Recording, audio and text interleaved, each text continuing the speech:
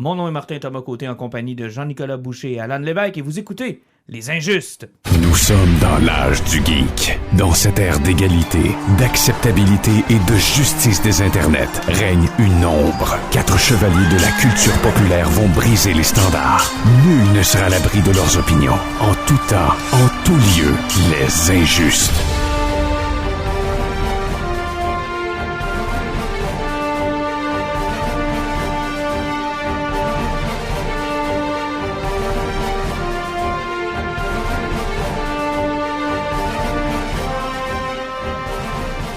Messieurs, bonsoir. Hey, salut! Hey, bonsoir. Prise 2 parce que la canette de bière à Alan a trop fait de bruit. Dans une édition que vous n'entendrez jamais. Non. Ou encore, peut-être, un jour, dans un Director's Cut des Injustes. Mais le segment est effacé, c'est que ça n'existera jamais. Là, c'est que... Vous ne saurez jamais d'où vient la bonne humeur Mais de tout Martin. dépend, là, on peut peut-être faire une récupération sur disque dur si quelqu'un veut nous envoyer 500$ pour essayer. là. Ouais, peut-être. Le problème qu'on a eu, c'est qu'on a eu des interférences de la canette à Alan qui s'est débouchée durant le début du podcast. Live devant le micro. On a eu vraiment des bruits assez intenses. Donc, on a été obligé de reprendre. Cela étant maintenant fait. Grosse émission aujourd'hui. On va donc faire le recap de Obi-Wan parce qu'on en a parlé lors du dernier podcast. On aura l'occasion cette fois-ci de fermer la boucle. On va dire ça comme ça. Maintenant que les 6 épisodes sont disponibles, ben, ça va être plus facile pour nous de pouvoir donner une appréciation plus complète de la patente.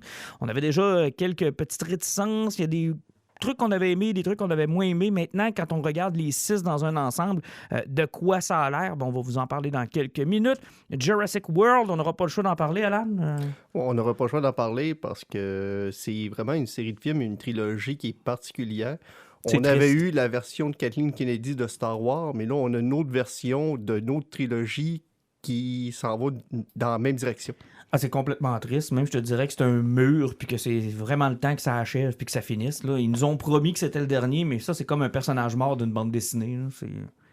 Ça dure jusqu'à ce que... Jusqu'à temps que le portefeuille demande qu'on remette ça sur les lignes. Donc, on va avoir l'occasion d'en parler. Puis on va parler un peu BD aujourd'hui. Malheureusement, puis je me confesse, là, j'ai pas eu le temps. Je sais que tu me les avais prêtés, puis j'ai pas eu le temps de les lire. Radiant Black. Vous avez lu ça, les deux, les gars? Yes. C'est quoi exact? Hein? C'est qui est à la tête de ça? C'est Kyle Higgins. C'est un gars qui a déjà écrit chez du Batman Eternals. Il a fait du Marvel en masse aussi. Dernièrement, il a fait les séries de Ultraman qu'il y avait chez Marvel. OK.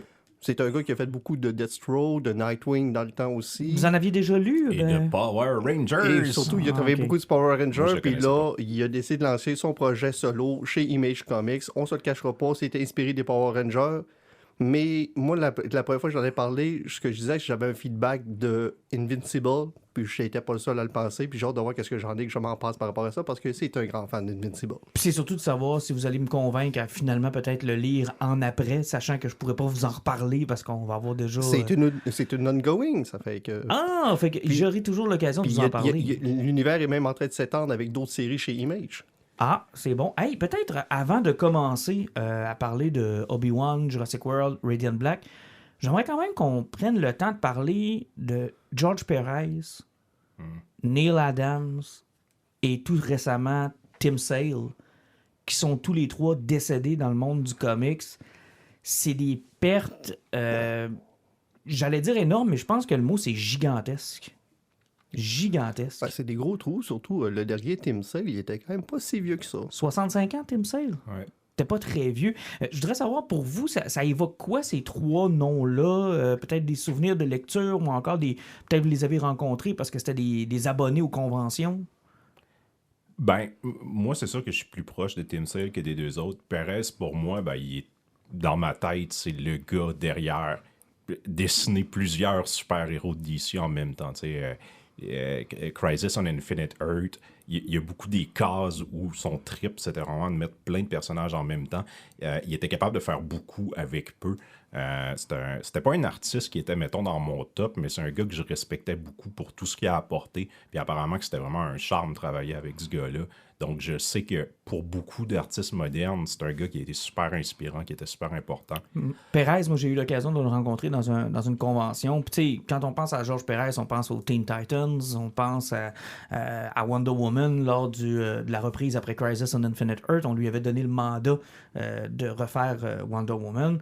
Puis tu tu sais, c'était un chic type, là. La chemise hawaïenne, toujours souriant. C'est le genre de gars qui étirait ses présences pour être sûr d'avoir eu le temps de voir tout le monde. Personnalisait aussi les dédicaces, dessinait par-dessus pour laisser quelque chose de très, très personnel aux gens qui se déplaçaient pour aller le voir. C'était vraiment, là, vraiment un chic type, là. Je sais pas si tu avais de souvenir de Georges Pérez, Alan. Absolument pas. Neil Adams, même genre de bonhomme. Lui, je l'ai vu plus souvent parce que c'était devenu un running gag qu'il soit aux conventions. Là. Ouais. Il était tout le temps là. À charger 1000$ pour une minute à jaser avec lui. Ouais, mais au début, il était pas comme ça. C'est venu avec le temps, je pense. Puis ce qui a nui probablement à Neil Adams dans une province comme la nôtre, c'est qu'il fut un temps où il est devenu presque le seul véritable artiste invité de ce genre de convention-là. Mhm. Il n'y en avait pas d'autres. Tu sais, les contemporains, là, les Schneider, les Capullo, les... nomme-les toutes, là, ceux qui sont de l'écurie actuelle, on les voit pas à Montréal ni à Québec. Il faut se déplacer à Toronto pour les voir. Donc, Neil Adams, quand il arrivait dans une convention comme ça, il chargeait le prix. Là. C'était le seul qui avait vraiment été publié pour vrai. Là, Ouais. Puis évidemment, ben, Tim Sale. Ça, je me dis comme toi, Alan, pas vieux. Là. Non, il était pas vieux. Puis, tu sais, contrairement aux autres, c'est parce que lui, il était reconnu. Tu sais, je pense que c'est lui qui a les titres qui ont plus marqué. Puis, Qui est le plus proche de nous, à tout le moins. Ouais, là. plus proche. Parce que, mettons, Neil Adams, pour Batman, il est vraiment iconique, mais dans une période avant nous. Ben, dans les années mettons. 70. Ouais. Ouais, effectivement, mais sauf que c'est parce que Tim Sale a touché à tous les super-héros, que ce soit chez Marvel ou chez DC, puis pour n'importe quelle personne qui s'introduisait dans la BD, puis t'embarquais dans le gros super-héros, c'était souvent ta première porte sur le champ gauche, un peu de quelque chose qui était plus d'auteur, puis qui était moins Hors classique. continuité. Tu sais, si tu voulais lâcher Rob Liefeld, puis voir quelque chose qui était plus classique, ben Tim Sale, c'était la voie facile. Si tu voulais lire du Captain America ou du Hulk ou du Daredevil, puis t'avais pas le goût de te taper l'ensemble des séries de Frank Miller et autres, ben t'avais au moins les séries de couleurs qu'il avait fait, là, tu sais, Spider-Man Blue, Daredevil Yellow, All Grey. All Grey, Captain America White, je pense. Ouais, c'est le dernier Puis- qui avait sorti ça. C'était un artiste qui avait tu sais, une plume. Tu sais, tu pouvais pas le mélanger. Là. Tu voyais 2 traits de Tim Sale, puis tu savais que c'est lui qui l'avait dessiné. Moi, personnellement, puis je l'ai souvent dit, c'était mon dessinateur préféré. Fait que quand j'ai appris ça, ça fait 3 semaines, À peu près, le mois ouais. dernier. Moi, ça a été un choc. Là. C'est vraiment... Parce que c'est un des artistes qui était... Je ne serais pas tant que ça à rencontrer et à faire signer des trucs, mais il était en haut de ma liste d'un artiste que j'aurais aimé pouvoir rencontrer puis me faire une Et, dédicace. Il Ça venait, me fait mal. il venait de sortir un Batman il n'y a pas si longtemps, en plus de ça, là, une édition spéciale sur laquelle on a mis la main. Là. Le Long Halloween, Ouais, je me il trompe était pas. revenu sur un autre épisode de The Long Halloween, puis tu sais, il l'avait encore, là. C'était très bon, d'ailleurs, ce petit espèce de spécial-là qu'on avait fait sortir l'an dernier. Puis je trouve ça dommage, mais tu sais, c'est 3... Puis en plus, c'est 3 gars sur qui j'aurais pas parié si vous me les aviez mis en compétition avec Frank Miller. Parce qu'il est magané, Miller. Ouais, effectivement. Il risque qu'il est magané. Tu sais, je veux dire, de savoir que ces gars-là sont partis avant Frank Miller, c'est presque insultant. Mais tu sais, ils sont plus. Puis tu sais, Tim Sale, il faisait plus grand-chose non plus. Frank Miller en fait beaucoup moins aussi. Il est beaucoup dans prod présentement, j'ai l'impression. Ouais. Là, il a décollé comme sa propre ligne, mais il fait beaucoup moins de travail qu'il en a déjà fait. Ah, c'est Puis sûr. tous ces auteurs-là étaient rendus à ce point-là. Mais Tim Sale, oui, il est encore relativement jeune. Tu sais, moi, je me demandais pourquoi il travaille plus. Tu sais. Pourquoi il faisait beaucoup de covers, mais il faisait. Je pense que le ongoing, ça l'avait peut-être brûlé. Puis peut-être que ses problèmes de santé, ça faisait un moment aussi. Ouais, puis tu sais, il arrive un moment, puis je pense que c'est Yannick Paquette qui l'avait expliqué au Sageek la dernière fois quand je l'ai interviewé sur, à un moment donné, ces gars-là, quand ils se font un nom, ils finissent par faire du cover. Ben, c'est quoi tu disais? C'était plus payant faire un cover que faire une page par jour. Ben, c'est ça. Là. Puis à un moment donné, là, les 60 quelques pages par mois qu'on t'oblige, qu'on t'impose, le rythme qu'on t'impose, vient un moment donné où quand t'as fait les armes, t'as fait ton. Tu sais, les éditions limitées, tu vas les faire. Les trucs qui sont très personnels, tu vas les faire. Mais tu sais, les flagships, comme on appelle, là, ça devient de moins en moins tentant, puis de plus en plus tu les vois sur les covers, ce genre d'artistes-là. C'est un peu ce qui était arrivé d'ailleurs à Sale. Adams en avait fait une coupe aussi il n'y a pas si longtemps. Même chose pour Perez. Donc, 3 grosses pertes de chez DC, du côté de DC. Mais voilà, je voulais absolument vous entendre là-dessus, parce que quand même, on n'en avait pas parlé, puis c'est tous des auteurs ou des dessinateurs dont on a déjà... tu sais, lu des trucs ou encore proposé même des trucs. Tu sais, Tim Sale, je le dis encore, puis je vais le redire jusqu'à la fin de mes jours. Long Halloween, si vous avez jamais lu de Batman, C'est la porte d'entrée. C'est la meilleure BD de Batman pour commencer. C'est la meilleure BD. C'est celle qui a le plus d'influence encore de nos jours dans les différents films qu'on a vus. Bon, tombons dans le vif du sujet maintenant. Parlons de deux personnes qui sont pas morts. Ewan McGregor et Hayden Christensen. 6 épisodes au total. La série Obi-Wan, ça passe ou ça casse maintenant que vous avez vu l'ensemble de l'œuvre? Pas mort, mais pas fort. Pas mort mais pas fort, Alan? Moi, je vais extrapoler un peu plus tantôt. OK, moi je vous dirais la chose suivante. Là. J'aurais tendance à vouloir y aller avec Jean-Nic, mais je te dirais que le dernier épisode m'a à la fois réconcilié et frustré avec la série. Réconcilié parce que j'ai vu des choses, des scènes où je me suis dit, waouh, ça maintenant, là, ça c'est le nouveau. Là. C'est des nouvelles scènes iconiques. Là. C'est des nouveaux trucs qu'on va revoir.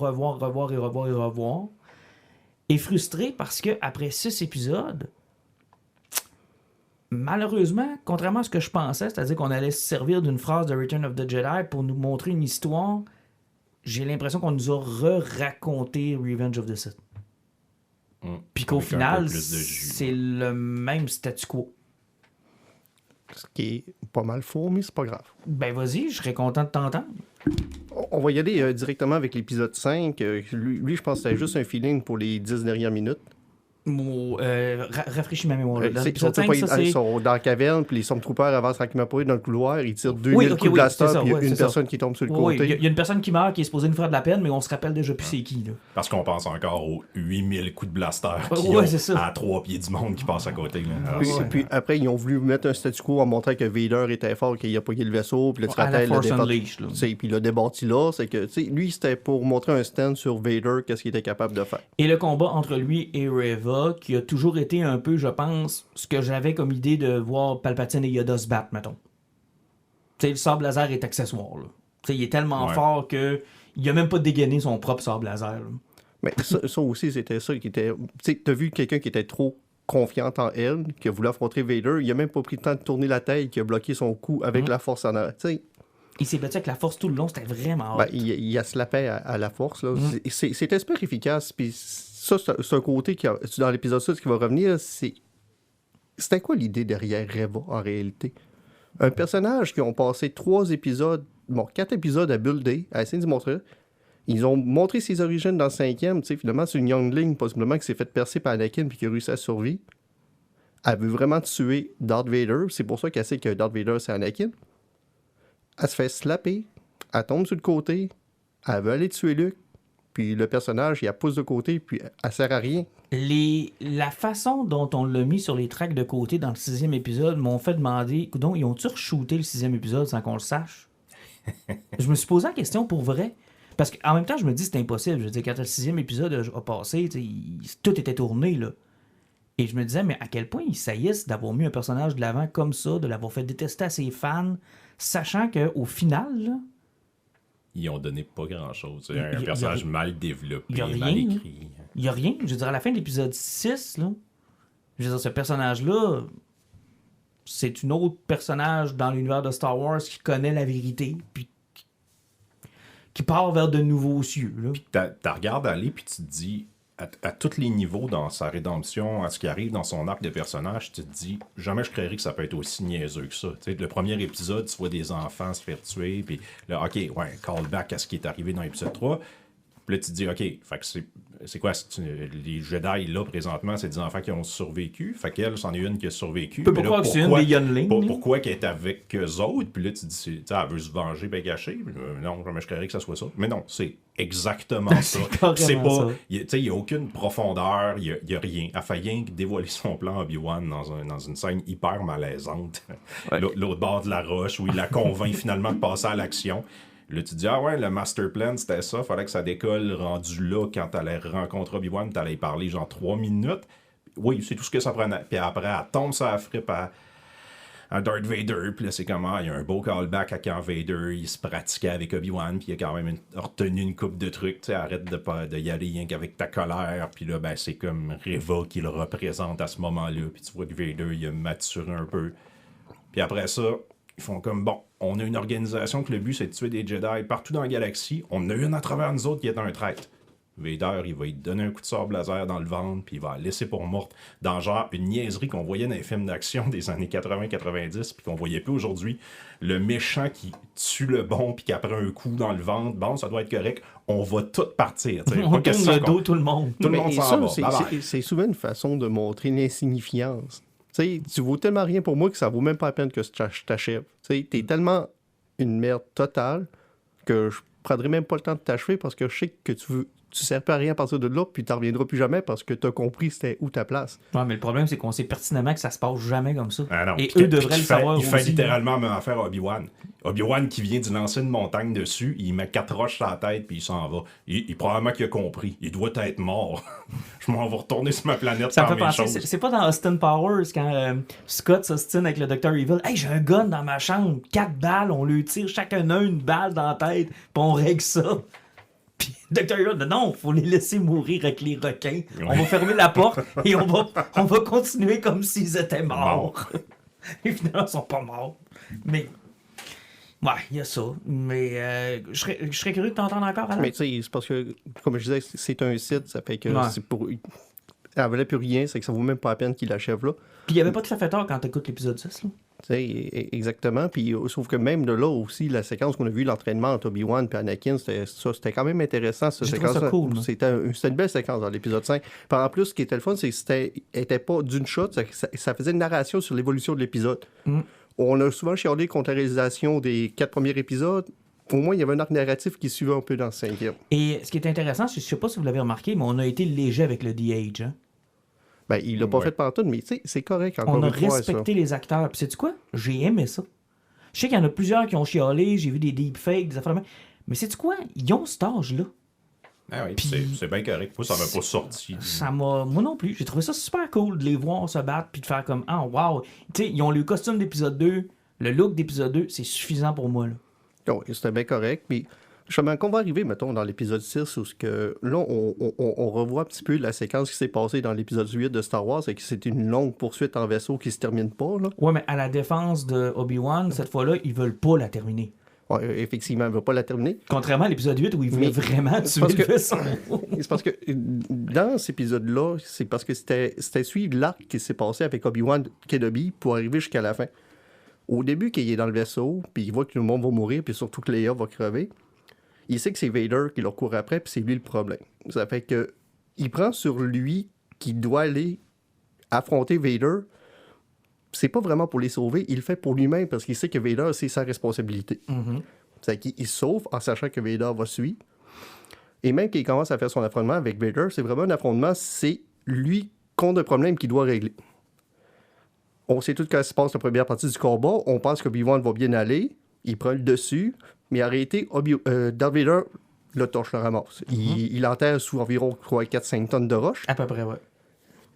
Là, on pense tout qu'Obi-Wan est mort, Darth Vader s'en va, mais on sait tout qu'il est encore vivant. Mais ce qui est fort, c'est cette séquence-là, justement, qu'Obi-Wan est en dessous de la Terre. Puis là, c'est là qu'il comprend qu'il avait tout axé ça sur lui. Il pensait qu'il était la solution, puis qu'il y avait un problème à régler.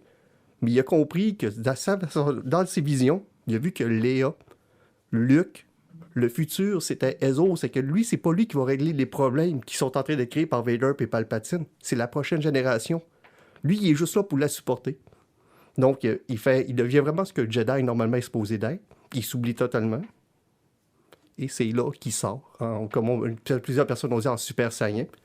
Il est en oubli de complet de soi. Donc, il est en parfaite symbiose de la Force. Donc, il a torché Vader. Puis, on va arriver au moment où les deux, une fois qu'il a fait la séquence qu'on a toutes déjà vu dans Rebels, il fend le casque de Vader pour lui voir le visage. Là, tu as le clash entre Anakin et Obi-Wan, parce qu'il lui voit encore la face. Ce qui est très intéressant dans cette séquence-là, tant qu'il parle du nom de Anakin, c'est son sable laser Ouais, bleu c'est qui bleu. éclaire le visage. Puis il tombe au rouge quand il parle de Vader. Puis exactement, Anakin, il dit « Non, tu n'as pas tué Anakin, je l'ai tué. » Et là, Obi-Wan comprend que Anakin est mort, c'est que son frère est vraiment mort. Et c'est là que ce visage devient rouge. Et ça, cette séquence-là, en plus, c'est super fort à ce moment-là. C'est quand Obi-Wan lui dit « J'ai compris Darth », puis il le laisse là. Qu'est-ce que Obi-Wan fait, cette séquence-là? Ben, je sais pas. Il pleure. Ouais, oui. Un Jedi, il ne pleure pas. Ouais. Mais je peux pas m'empêcher de me dire il y avait quand même une opportunité de donner... Ils ont décidé de donner du meaning à 2 phrases de l'ancienne trilogie. Celle de « Then my father is truly dead ». Ils ont repris ça en disant « Then my friend is truly dead ». Puis ils ont donné du meaning à l'appeler Darth parce que ça a toujours été pointé que Obi-Wan dans l'épisode 4 l'appelle Darth. Mais je continue et je persiste que la seule phrase qui aurait dû y avoir du meaning, c'est quand Vader dit à Luke « Obi-Wan once taught as you do ». Et je pensais que la série, ça allait être ça. Puis finalement, c'est juste reconfirmer ce qu'on a déjà vu dans Revenge of the Sith. Là. La finale de Revenge of the Sith, c'est carrément ça. Là. C'est la même chose que tu viens de m'expliquer là. Pareil. Il voit Anakin mourir sous les flammes. Ouais. Il lui dit « Je pensais que tu étais le Chosen One. Tu étais supposé les détruire. Puis I love you. You were my brother. » Puis il l'abandonne. C'est la même chose. À ce moment-là, il pensait qu'il était mort pour de vrai. C'est la même séquence. Mais Il pense encore qu'il est mort. Non, il laisse là sa charge, mais il se déresponsabilise parce que c'est plus son problème, c'est plus sa responsabilité. Ouais. Moi, les 2 choses que j'ai aimées avec cette scène-là, c'est que, Obi-Wan, on dirait qu'il y a toujours dans la tête qu'il y a encore un peu d'humanité dans Anakin, dans Darth Vader. Alors que dans Original Trilogy, c'est pas ça prend tout qu'ils à Luke. Non, toutefois, la Original Trilogy, comment elle se conclut, c'est que finalement, après tout ça, Darth Vader, il en restait un peu d'humanité, puis il décide de sauver son fils. Fait que, tu sais, au final, Obi-Wan, ce feeling-là, puis le combat, même s'il laisse tomber, il avait raison. Ça, j'ai trouvé ça cool.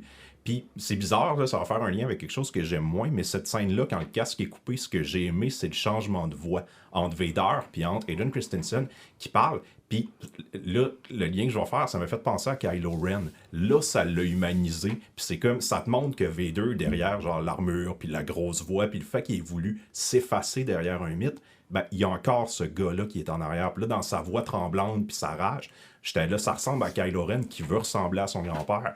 J'étais là, je sais pas si c'est voulu, mais j'ai senti que c'était comme ça liait beaucoup plus les 2 personnages. Puis c'est comme la première fois que je le vois avec la nouvelle voix, trilogie. La twist de la voix, là, parce que je sais que tu as fait référence à la scène de Rebels. Il y en a qui se sont frustrés, mais moi je me dis, si une idée est bonne, puis qu'il n'y a pas assez de monde qui l'ont vue, reprends-la. Ces 2 médiums sont différents. C'est ça, reprends-la. Tu peux reprendre les idées. Ça me dérange pas. C'était une bonne idée dans Rebels. C'était vraiment une bonne idée. Ça avait très bien été fait. Qu'il le refasse pour Obi-Wan, j'ai aucun problème avec ça. Aucun problème avec ça, tant que c'est fait avec respect et que c'est bien fait. Exact, puis que tu clames pas après ça sur tous les toits que c'est toi qui a eu l'idée. Là. Que tu sois honnête de dire, regarde, il l'avait fait dans Rebels, on l'a apporté maintenant encore plus canon que Rebels, même si c'est canon Rebels, on l'a apporté encore plus proche de notre auditoire. Et la voix de James Earl Jones mélangée à celle de Hayden Christensen, moi, ça m'a donné des frissons. Ça, c'est vraiment bien. Là. Ça montrait les 2 personnalités qu'il y avait du personnage. Cette séquence-là était vraiment parfaite. Puis ce qui était le fun, c'est avec la réalisation que Obi-Wan a eue, c'est la séquence qu'il y a eu après, qui est allée sur Tatooine. Puis ça, on a expliqué ce qui s'est passé avec Reva, qui s'est fait tasser, parce qu'elle a essayé d'aller tuer Luke. T'as raison, la séquence était bien faite. Effectivement, Luke n'a jamais vu Sabre laser.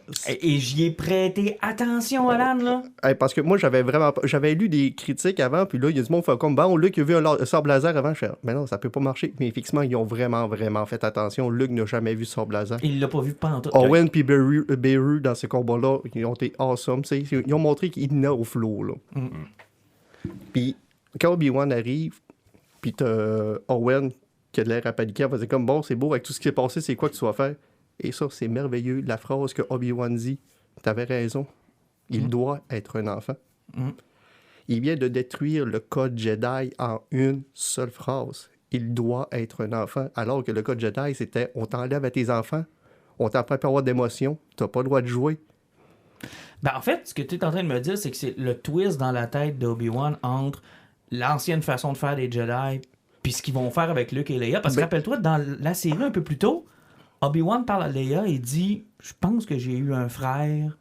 Je me souviens à peine de mon père puis de ma mère. » Effectivement, puis ça, quand tu n'as pas vécu une guerre, rien, tu penses que c'est comme ça que ça fonctionne, mais quand tu te rends compte qu'il y a eu une génération de Jedi qui ont été élevés pour être des soldats, pour servir un gouvernement, tu as le droit de te poser la question. Puis, tu sais, l'idée de laisser Luke être un enfant, puis, tu sais, de vivre ses expériences, puis de connaître ses propres aspirations. Tu sais, Luke, il a voulu être un aventurier, s'il a voulu sauver la galaxie, c'est pas parce qu'il est entraîné pour ça, c'est parce qu'il avait des rêves d'enfant. Non, il voulait Et le faire. Luke, son cœur d'enfant, il l'a gardé tout le long, jusqu'à l'épisode 8.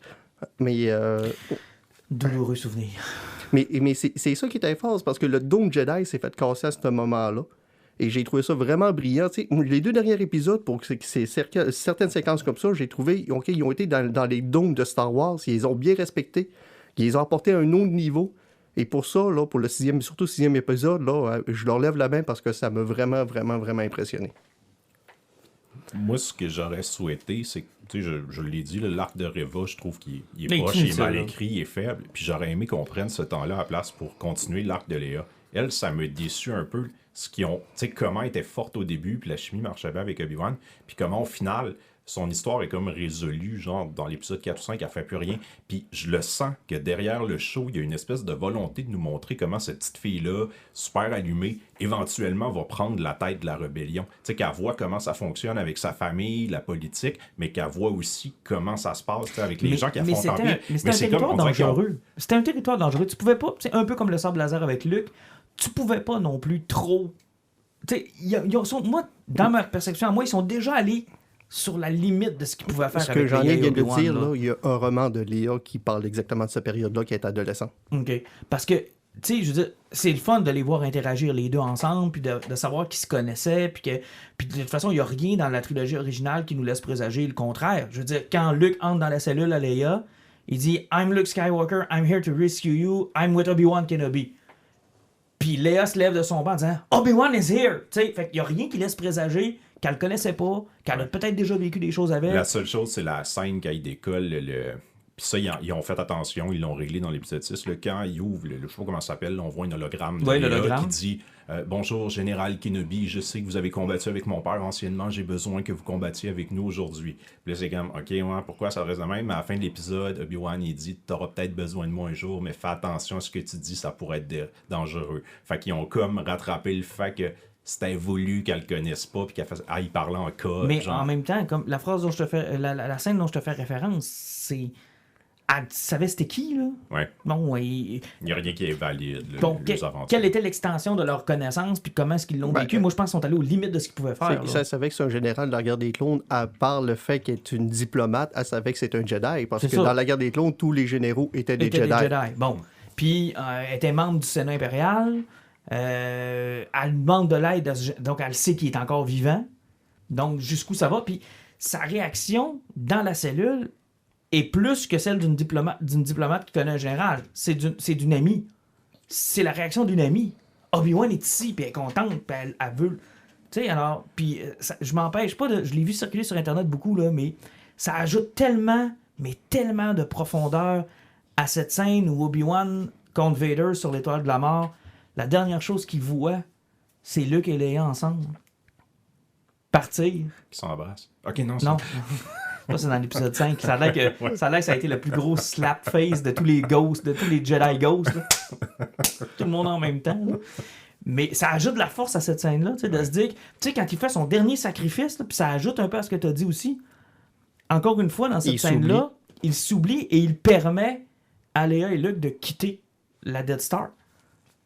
Puis il donne à Vader ce que Vader veut. Ah, tu veux me détruire? OK, ouais, OK. Puis c'est ça qui ramène aussi à la séquence avec Qui-Gon à la fin. Qu'elle lui a dit, t'étais pas encore prêt. Parce que Qui-Gon, aussi, il pouvait paraître aussi narcissique qu'il pouvait paraître.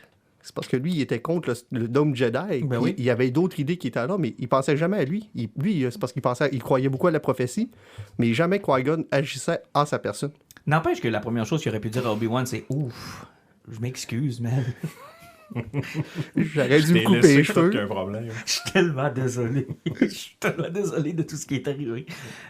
J'étais content de le voir. Non, il aurait pu dire tout simplement « j'aurais pas fait ça de même. » Ouais. J'étais content de le voir. On s'y attendait tous. C'est arrivé tard. Ça n'a pas été long.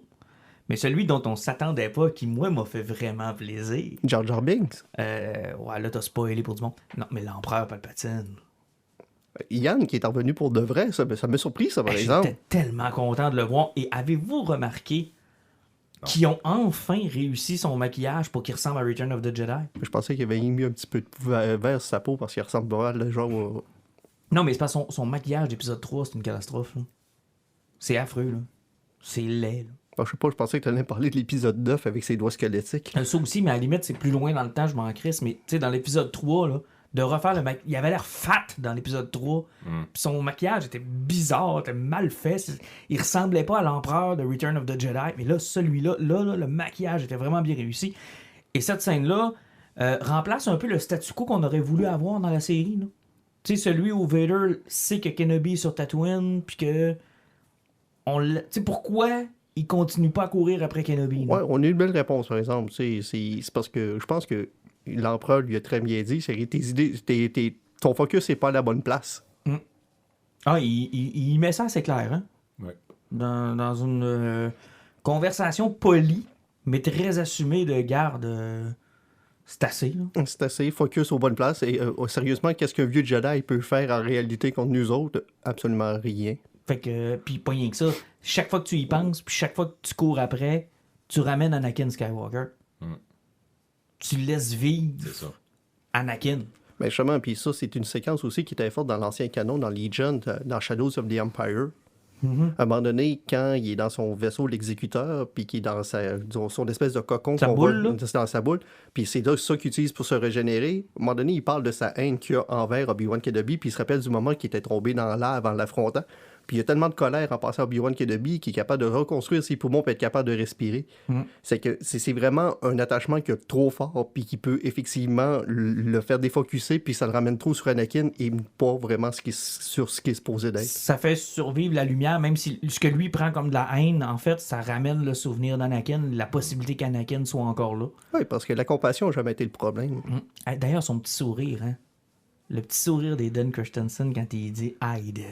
Puis t'as une espèce de petit sourire en coin, là. J'ai tellement trouvé ça fort, j'ai tellement trouvé ça bon.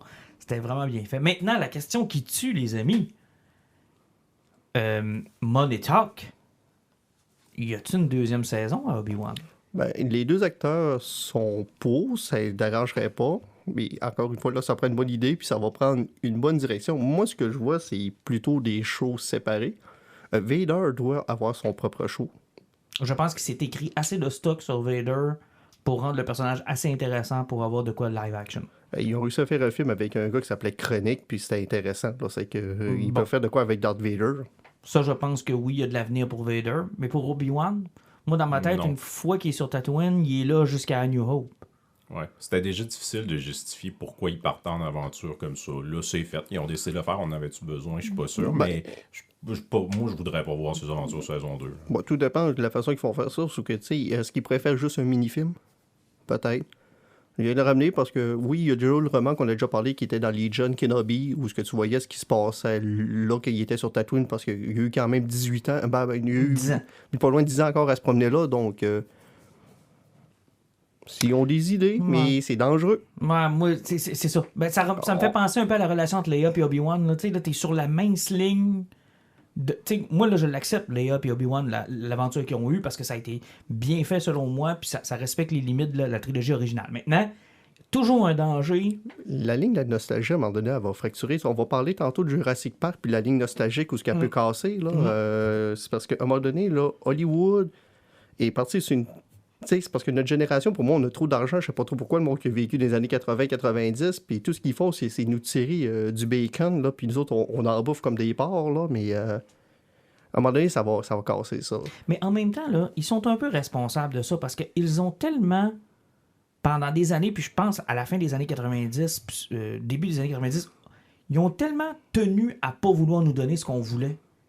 Puis à pas nous donner les suites qu'on voulait, puis à pas ramener les personnages qu'on voulait. Ils se sont tellement battus pendant des années à pas vouloir nous présenter Darth Vader. Ça a tellement été long avant de revoir Vader à l'écran. Ça a tellement été long.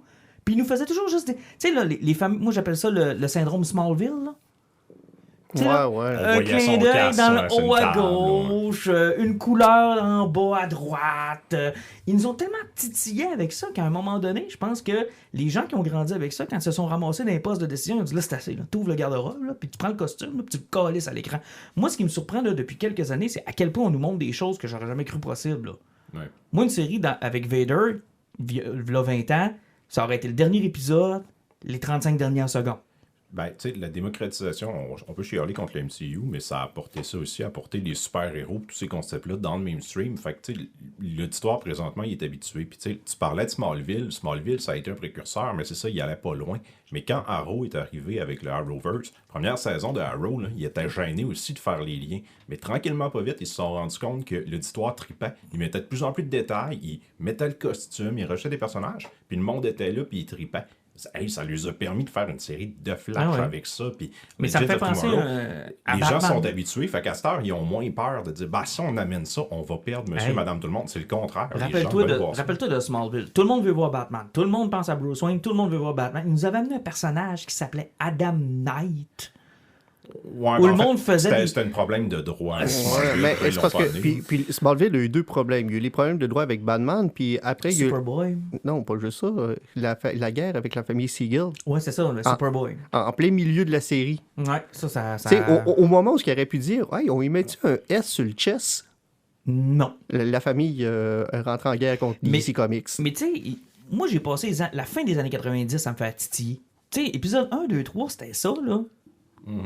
Oui. Tu sais, pas de Vader, pas de Vous Boba voulez Fett. du Star Wars? Ouais, vous voulez du Star Wars? Oui! On va vous raconter ce qui est arrivé avant. Oui, mais on le sait ce qui est arrivé avant. On veut du nouveau matériel. Non, je vais vous raconter avant. On va vous faire rencontrer les sénateurs. Ouais. Et puis sérieusement, comment veux-tu apprécier Star Wars sans connaître les cadeaux de Méridiens? Tu sais, sérieusement, la meilleure race extraterrestre au monde. Parce que sincèrement, moi, j'ai souffert de ça étant jeune. Maintenant, un peu comme toi, là, c'est l'inverse. Là, j'ai l'impression qu'on me garoche une poignée de bacon dans la face, puis là, j'ai toute la face grasse, là. Genre, il y en a trop, là. Tu sais, là, ça dégouline, là. Là, je vois des personnages, puis des trucs, puis je fais comme, oh, mon Dieu, ils sont allés là. Moi, Vader, dans Obi-Wan, là, j'y croyais pas tant que je l'ai pas vu, hein. Jusqu'à... Moi, je pensais qu'on allait le voir à peu près comme dans la série Moon Knight, qui s'appelait Moon Knight. Tu sais, en 6 heures, tu le voyais 8 minutes. Je pensais que ça allait faire ça, parce que là, en réalité, si tu prends les 3 épisodes, il y a facilement 35 à 40 minutes de screen time. Et 3 excellents combats que je pensais jamais voir. Ben, tu parles du choix de l'épisode 2 avec le mur de feu, ça, on peut-tu l'oublier, celui-là? Je l'ai aimé pareil, moi. Ouais, il y a eu un début qui était intéressant avec son combat à une seule main, sauf que la finale a été catastrophique. La finale était catastrophique, mais tu sais... Non, moi je pense qu'il y a encore 3 bons combats dans cet épisode-là. Mais tu sais, j'aurais jamais cru voir ça. Mettons qu'on se pose la question là, d'une série live-action Star Wars, parce que moi, je vous le disais depuis le début, Obi-Wan, un de mes personnages préférés, j'étais bien content qu'il y ait sa série. Mandalorian, j'étais rien à crisser. Puis Boba Fett, j'étais là, tout le monde l'aime, il y a du matériel intéressant. Si tu m'avais demandé de dire mon hype, là, je t'aurais dit, Obi-Wan 1, Boba Fett 2, puis Mando, je l'écouterais bien. Là, mettons que chez Class, c'est totalement l'inverse. Le Mando 1 et 2, même si j'aime moins la saison 2, c'est pas mal le meilleur stock qu'ils ont fait.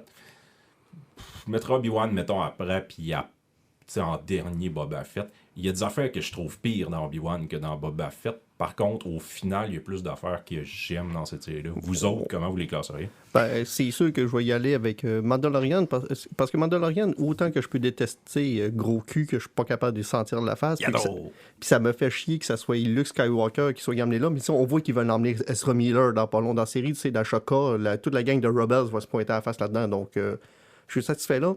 Mais ce que j'aime des séries comme Mandalorian, c'est le fait qu'ils vont piger dans les petits détails du verse de Star Wars. Puis en tant que fan, tous les petits clins d'œil qui montent dans ces séries-là sont le fun. C'est pour ça que j'ai hâte de voir la série sur Andor, parce que j'ai l'impression que ça va être une série comme justement dans le film Rogue One. Les clins d'œil là, sont là, puis c'est du fan service pour le monde qui ont trop lu dans l'encyclopédie comme moi de Star Wars dans leur vie. C'est du bonbon visuel de quelques secondes qu'ils présentent partout dans la série. C'est que pour moi, Mandalorian, c'est numéro 1 pour ça. Obi-Wan, pour les 2 derniers épisodes, à cause qu'ils ont été cherchés dans le lore des Jedi, ça pogne un niveau. C'est à peu près comme quand j'étais Rebels, puis tout ce qu'elle allait chercher dans le lore Jedi, j'ai accroché cette série-là pour ça. C'est un gros numéro 2, et Boba Fett... Moi, je vais vous surprendre, ça va être Obi-Wan en premier. Parce que je suis d'abord et avant tout, quand j'écoute Star Wars, un petit cul. Puis le petit cul que j'étais s'est fait faire une fausse promesse en 99. Il s'est fait dire... Hey, petit cul, je vais te raconter tout ce qu'il y a derrière le combat sur l'étoile de la mort entre Vader et Obi-Wan. Moi, tout te raconter comment est-ce qu'on en est venu là. Et moi, je suis parti voir Phantom Menace avec cette idée-là. Et là, j'ai l'impression d'être remboursé 20 ans plus tard. Tu sais, là, j'ai l'impression qu'actuellement, si tu me demandais quelle est ta prélogie, là, ce serait épisode 3, Obi-Wan, Rogue One, puis j'aurais ma trilogie parfaite de ce que je pensais aller voir en 99. Ouais, la trilogie qui aurait dû être épisode 2, 3 et Vader. Genre. Moi c'est ça que je pensais voir en 99. Fait que pour moi, je me sens remboursé d'une dette qui date de 1999. Donc pour cette raison-là, Obi-Wan, pour moi, est en premier. Même avec ses imperfections, au moins, ils m'ont donné ce qu'ils m'ont promis. Ouais, t'as eu ce que tu veux. Un gap entre épisode 3 et épisode 4. Ils m'ont promis de me raconter ce qui s'était passé. Ils me l'ont raconté. Est-ce que ça fait mon affaire? On peut avoir une toute autre discussion sur comment moi je l'aurais écrit. Puis c'est c'est le défaut de ce genre de série-là quand tu fais des antépisodes ou des suites, c'est que t'es toujours... on est des millions à s'être imaginé comment ça s'était passé. Là. Je veux dire, moi, le combat, avant de le voir dans Revenge of the Sith, j'avais ma propre idée de qu'est-ce que c'était ce combat-là entre Obi-Wan puis Anakin. Là. Bon, maintenant, je dois vivre avec la version qu'ils nous ont donnée. C'est correct. Ça va. Fait que pour moi, pour ces raisons-là, Obi-Wan est en premier. Mando est en deuxième. Mando, le problème que j'ai, c'est que ça me fait penser à un joyeux festin. C'est que tu manges, mais tu peux pas t'empêcher de penser à la surprise à la fin. Puis la surprise, c'était Luke Skywalker et sa rédemption de l'épisode 8. C'est ce que j'ai le moins aimé de la série. C'est ce qui m'a gossé le plus. Tu sais, je mangeais mon joyeux festin, tout allait bien, mes 4 croquettes étaient enfilées, j'étais en train de finir mes frites. Puis là, ils sont arrivés avec...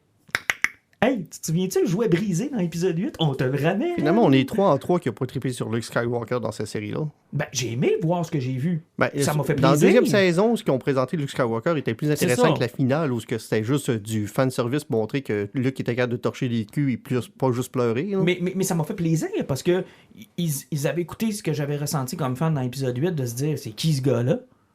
Tu sais, c'est qui ce gars-là? Puis encore une fois, on m'avait déçu dans ces épisodes-là parce que je m'étais dit, hey, ça nous a pris 20 ans, 30, 40 ans, mais on va enfin voir Luke avec un sable laser torcher les culs puis torcher le cul de son neveu, tu sais. C'est possible de le faire. Puis même Luke, il a fait le choix avec Grogu, tu sais. Grogu a fait un choix d'émotion, puis Luke lui a dit, OK, c'est ton choix, c'est pas le bon choix, mais c'est ton choix et je vais le respecter. Et ça, moi, j'apprécie ça. Il a donné une petite armure en mithril. Mais c'est un peu comme l'Enterprise à la fin de la saison 1 de Discovery. T'as tellement passé de temps à me faire aimer quelque chose que j'avais oublié ce que je voulais vraiment voir. Puis là, comme pour me percer le cœur à la fin, tu dis « Ah, et en passant, j'ai une petite surprise pour toi. Voici Luke dans son prime. Et là, tu fais comme tu viens d'effacer 8 épisodes. Parce que là, mon petit cœur d'enfant veut triper sa dernière scène, mais ma tête sait que ça vient de détruire tout ce que tu as fait dans la saison. Tout ce que je trouvais cool. Mais encore une fois, oui, ils ont fait ça dans le dernier épisode, puis tu sais, même qu'ils ont montré Qui-Gon à la fin, puis l'affrontement entre Vader puis Obi-Wan dans le dernier épisode d'Obi-Wan, c'était malade. Je veux juste qu'on prenne le point encore pour poser des questions sur ce que Netflix fait, là. Si t'aurais binge-watché, mettons, Mandalorian, puis dans la même soirée, t'aurais écouté le premier épisode, puis t'aurais fini avec Luke, qu'est-ce que tu te serais rappelé? Luke. Si t'avais écouté Obi-Wan Kenobi, les 6 épisodes de Field, qu'est-ce que tu te serais rappelé? J'aurais moins haï Riva. Oui, mais t'en oublierais, sauf que c'est le problème, c'est parce que là, vu que c'est sur un long terme, en plus, ça nous permet d'en parler plus longtemps d'un podcast, c'est comme du freebie, les autres, ils nous filent des épisodes gratis. C'est ça, là. Mais oui, j'aime mieux ça. Ça te permet de décanter, travailler ta mémoire en parler avec le monde, plutôt que, je suis convaincu qu'il y a du monde en fin de semaine qui a écouté Umbrella Academy, là, la 3e saison. Si je leur demande c'est quoi c'est passé dans le premier épisode, ils vont faire 2 fois, puis je leur demande c'est quoi le 2e saison. Mais ça s'applique pas à tout. Puis tu sais, comme Kenobi, là, moi je pense à absolument rien gagné d'être épisodique. Par contre, mettons The Boys sur Amazon, ça a cet effet-là. Puis il y a eu un gros épisode cette semaine, puis tu sais, il l'avait hypé, les gens l'ont écouté, les gens buzzent en ce moment, on a hâte de voir ce qui va arriver. Le côté épisodique, pour lui, il marche tempête. Mais tu sais, moi, Kenobi, je l'aurais écouté one shot ou le décanter à la semaine de même, je pense. Peut-être que tu aurais. Ça aurait pas été mieux, ça aurait pas été pire. Mais dans le cas de. C'est parce que Mando et Kenobi sont montés différemment. Dans le cas de Mando, ça aurait détruit la série. Dans le cas de Kenobi, ça l'aurait peut-être amélioré. On n'aurait peut-être pas visé sur le Vader et son mur de feu. On parlait de Smallville tantôt, que tu t'achetais le DVD puis tu passais, t'écoutais la série en 3 jours, ben les fill-in, il fallait tomber sur le côté puis faire un petit somme, puis c'était pas grave, tu travaillais puis tu continuais, là, tu ratais rien. X-Files, même affaire. X-Files, il y avait même un ordre sur Internet où on disait, ben voici les arcs que tu Ouais, dois ceux écouter. que t'as besoin d'écouter. Ceux que tu as besoin d'écouter, puis le reste, comme décalisse. Là, tu sais. Pourtant, c'est des épisodes qui sont quand même intéressants quand tu les écoutes, mais effectivement. Mais je pense que ça. Je suis un peu d'accord avec Jean-Nic, ça dépend des séries. Pour Kenobi, je suis pas sûr que ça m'aurait changé. Même que ça l'aurait peut-être amélioré. Parce que j'ai roté sur des épisodes de Kenobi que je me disais. Ah, mais t'as plus apprécié le dernier, je serais sûr quand même pour Ah, ça. ça, c'est sûr. C'est sûr que le dernier, écoute. Je te l'avais dit d'ailleurs quand je t'ai écrit le lendemain, je t'ai dit il y a une scène qui est tellement forte, puis on parlait de la même scène. Là. Il y a une scène qui venait pardonner beaucoup de ses défauts. Hey, on reste sur le filon de la nostalgie, parce que tu l'as dit, j'ai bien aimé ce que tu as dit tantôt. On nous garoche du bacon d'en face, là, puis on commence à avoir la face grasse. Là.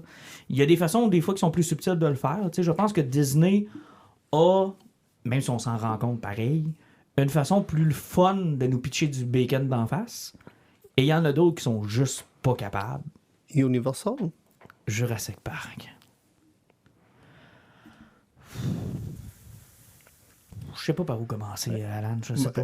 Moi, juste pour donner une appréciation générale, le deuxième film, vous vous rappelez de l'épisode de l'Indo Petite Fille, Oui. je pense que ça reste un de nos classiques avant qu'on avait détruit le film. C'est pas qu'on aime détruire les choses, mais quand une porte est ouverte aussi grande, c'est dur de pouvoir en profiter puis C'est parce rentrer que dedans. même si on voulait pas le détruire, il nous avait donné bâton de baseball puis il s'était penché. Oui, effectivement. Puis c'est même eux autres qui avaient mis clou rouillé dans le bat. Ah oui, tout Ça fait était que là. là, tu t'en es pour aller voir le prochain Jurassic Park, puis une fois que tu vas à la bande-annonce, tu te dis, et la catastrophe, ça va être vraiment encore pire. C'est que tu pars avec l'idée que ça risque d'être pire que Fallen Kingdom, et tu vas voir le film, puis tu te rends compte que malgré tes pires attentes que tu avais en tête, c'est vraiment, mais vraiment, vraiment pire que ce que tu t'attendais. OK, on se met en circonstance. OK, Jean-Nic, on va essayer de te convaincre ou de te raconter ce qui se passe. OK? Ouais, À la fin de Fallen Kingdom, Indo, petite fille, qui découvre qu'elle est un clone de sa maman. OK? Donc, on amène dans le concept de Jurassic Park que non seulement les sacrements, ils clonaient des dinosaures, mais ils se sont servis dans le plat à bonbons pour leur propre désir personnel, ce qui est quand même un bon filon si on avait voulu peut-être aller un peu plus loin dans ce filon-là. Effectivement, parce que on va voir que le filon, de la façon que vous voulez l'exploiter, c'est... Ils l'ont emmené sur un autre niveau dans le prochain film, sauf que j'ai poigné mon ressort, c'est bizarre. Oui. Mais Ça parce vibre. Oh. Mais c'est ça. Fait que, tu sais, ça, il y avait quand même un bon filon, mais c'est tout croche, OK? Fait que Indo, petite fille, ouvre les cages de dinosaures. Il y en avait combien de dinosaures, vrai? Une vingtaine? Entre 20 et 50. Entre 20 et 50 dinosaures dans la grosse, le gros manoir clou, là. Bon. Puis les dinosaures se sauvent dans la nature. Aux États-Unis. Aux États-Unis, dans une forêt très concentrée. Effectivement. OK. C'était aux États-Unis, ça fait qu'il doit y avoir une base militaire à 15 km, il y en a partout. Bon. Et là, il faut qu'on comprenne qu'au début de Jurassic World Dominion, la Terre est maintenant peuplée de dinosaures. Et il s'est passé que 4 ans. C'est qu'en 4 ans, les dinosaures ont réussi à traverser les océans. Ça fait qu'un un brachiosaure, là, c'est capable de traverser un océan puis aller se reproduire pour avoir des adultes en 4 ans. À moins que leur sperme soit des spores, là, ça fait que quand ils viennent, ça part au vent, là, puis si ça pogne, mettons, un éléphant, ben ça fait un brachiosaure. Fait on a passé de la science-fiction à ce qu'était la série à la base et vraiment de la science-fiction à de la fiction tout court. Là, on est dans encore le pire, fantasy, puis là, la façon que le deuxième finissait, c'était le Jurassic World, donc c'était vraiment ça. Là, puis t'avais, voyons, comment il s'appelle, le docteur du chaos, là. Ian Malcolm. Ian Malcolm qui fait son speech en disant comme que, tu sais, la vie a retrouvé son cycle. Et les dinosaures sont revenus, puis ils vont reprendre leur place. Puis il parle de ça. Donc, tu t'enlignes vraiment sur le monde jurassique où les dinosaures vont cohabiter avec les humains. Quand tu vois la bande-annonce du troisième film, tu vois l'attaque du tyrannosaure dans un cinépark, tu fais comme, OK, là, on va vivre avec les répercussions de ça. Gens sont tu te dis, je vais pardonner le fait qu'ils ont fourré pendant 4 ans de façon exponentielle Parce si on est en danger partout où on On est. est en danger, puis on va vivre avec les répercussions des dinosaures qui sont dans la société. Mais tu sais, la séquence qu'on a vue 12 000 fois dans la bande-annonce du cinépark, elle n'est pas dans le film, parce que le film n'est pas à ce sujet-là. Le film commence, et tu te rends compte qu'il y a des sauterelles d'1,2 mètres qui mangent des champs de maïs. C'est la prémisse du film. Le film commence avec des sauterelles géantes qui mangent des champs de maïs. Mais ils mangent pas tous les champs de maïs. Parce que... C'est quoi? C'est Biocène. Biocène avec le Dutton. co-créateur de Apple, ça, il est pareil. Ouais, ou Sylvain Godreau pour les intimes, là. En tout cas, il est devenu un bioécologiste, puis là, il a créé un grain là, que ces sauterelles ne mangent pas. Ça fait qu'il veut vendre des graines de maïs à toute la planète, puis les autres sont mangés par son nuage de sauterelles. OK. Ouf. Ah, t'as peu là. Ouf, OK. Attends, on récapitule, Jean-Nic. c'est un film de dinosaures à propos de sauterelles qui mangent pas les grains pour la fin dans le monde. C'est ça qu'on veut voir. On est là, là. Puis Ok. là, On est là. tu sais, on sait ce qui se passe en Australie avec les nuages de locustes. C'est que s'il y en a un, ben, en réalité, il y a une famine qui suit l'année. Et puis des fois, il y a même du monde qui sont mangés par des sauterelles. Parce qu'on sait que le problème des sauterelles, c'est que ça va vite, ça mange tout sur leur chemin. Tu sais, ça peut manger un arbre en 2 minutes qui font 1,5 pouce. C'est ça qui est arrivé, c'est les sauterelles qui ont amené les œufs de dinosaures partout sur la planète. Non, mais c'est parce que puis l'autre problème des sauterelles, c'est un insecte, ça se reproduit vite. Ça fait que le cave n'avait pas vu que des sauterelles d'1,2 mètre, ça se peut que ça fasse le tour de la planète Terre au grand complet. Lui, il pensait qu'il allait lâcher ça au nord de l'Afrique, puis ça n'allait pas aller plus loin que ça. Fait que là, on est passé de... Dans le dernier film, on va vous amener des dinosaures partout sur la planète, ça va être le gros problème. À, finalement, le gros problème, c'est mes sauterelles que j'ai crissées dans la nature qui mangent la bouffe. Et là, ça prend quelqu'un qui va aller chercher des informations pour les donner au monde. C'est que Ian Malcolm travaille pour Biosyn, puis il décide d'aller chercher Ellen, qui est dans le premier film, pour l'effet nostalgique, pour qu'il réussisse à rentrer à l'intérieur, pour aller voler les informations. Parce que lui, il travaille déjà là-bas, puis il a déjà les accès, mais il a peur de perdre sa job. T'sais, pour moi, c'est un esti de capitaliste, je sais pas trop, là, mais il va chercher quelqu'un qui ne peut pas perdre sa job. Pendant ce temps-là, Indo, petite fille, est cachée, sans passeport, sans identification, sans papier. Puis il la recherche parce que, là, écoute, il mêle les histoires, là. Ça a l'air qu'elle a de quoi dans elle qui fait que, là, on sait comment cloner les humains, puis elle est super importante, puis c'est vraiment, vraiment, vraiment important. Puis elle reste dans une cabine d'un bois avec Owen puis Claire, OK? Surveillé par Blue et son bébé. Blue qui s'est auto-reproduit. Parce qu'on a appris que le fuck d'Indo petite fille, en réalité, c'est que à cause des modifications génétiques, tu peux tomber enceinte par toi-même. Fait que Blue s'est auto-reproduit. Puis elle a maintenant un bébé. Et donc, ils veulent essayer de comprendre par Indo petite fille comment c'est possible l'auto-reproduction. Fait que je comprends bien, ils ont tourné des scènes, puis après, ils ont écrit un scénario autour. Attends, ça n'arrête pas là. Parce que comment Owen et Claire vont décider de participer à l'aventure, c'est parce qu'ils vont kidnapper bébé Blue. Puis Blue va aller voir Owen, puis elle va y faire... Puis Owen va comprendre qu'il faut qu'il ramène son bébé. Les mêmes raptors qui tuaient du monde dans le premier film. Là. Effectivement, c'est que là, il part à la recherche de Indo petite fille et de Blue. Et là, Bébé Blue, c'est que là, ils partent dans une aventure rocambolesque à la mission impossible, pendant que de l'autre côté, tu as Alan Grant et Ellen qui sont rentrés chez Biosyn, puis ils réessaient de faire Jurassic Park 1, mais en poche, parce qu'ils sont encore sur une île, mais cette fois-là, il y a des chips GPS des dinosaures qui empêchent de sortir. Non, c'est une chaîne de montagne. Non, c'est que les scénaristes se sont dit, savez-vous ce qui serait bien avec des dinosaures dans un film? Une île avec des dinosaures. Ouais, mais c'est ça dans les 4 autres films. Ouais, mais si c'était un sanctuaire. Oh. Puis qu'on a appelé ça Jurassic World. C'est pas une île, c'est un Là, sanctuaire. vous me confirmez. Moi, j'ai rien vu. C'est Jurassic World le premier, Oui. hein, avec les motos puis Chris Oh, Pratt. Puis, oui. tu sais, j'ai écouté ça puis j'ai fait, OK, il y a rien qui me parle là-dedans. Non, Je suis non. déjà pas un fan du troisième c'est des pire. originaux. C'est Ça, j'étais pire. comme, c'est pas très bon, c'est pas pour moi. Puis le deuxième, j'ai vu une couple d'images, j'ai fait, je m'en crisse. C'est clairement pas pour moi. Puis là, j'ai vu les critiques arriver, je suis là. Aucun intérêt à voir ça. Fait que là, vous êtes en train de me dire que, tu sais, j'ai même pas intérêt à écouter le troisième. En fait, le troisième réussit à être tellement cave que ça en est même pas bon. C'est même pas un so bad it's c'est même- good, ouais, c'est c'est un so ça. bad it's bad. Puis, là. tu sais, ils reprennent, tu sais, le personnage dans le premier film, Dodson, là, qui envoie le gros nez de riz, là. Bon, La crème à barbe dans crème à la barbe. grosse... crème à barbe, ouais, bon ouais. c'est lui le méchant. Mais comme ils n'ont pas pu prendre l'acteur original parce qu'il s'est fait poursuivre pour agression sexuelle sur des petites filles de 12 ans, ce qui est un bon problème quand le scénariste a dit « Hey, on pourrait reprendre le personnage du premier film », puis qu'il y a un avocat qui a fait « Touche pas à ça ». Fait que là, ils l'ont recasté, puis ils ont été obligés de remettre la petite canne de Barbasol là, sur pour qu'on fasse le lien que c'est lui. Moi, j'ai allumé, rendu presque à la fin du film que c'était lui. J'ai allumé 2 jours après le film en lisant un lien sur IGN.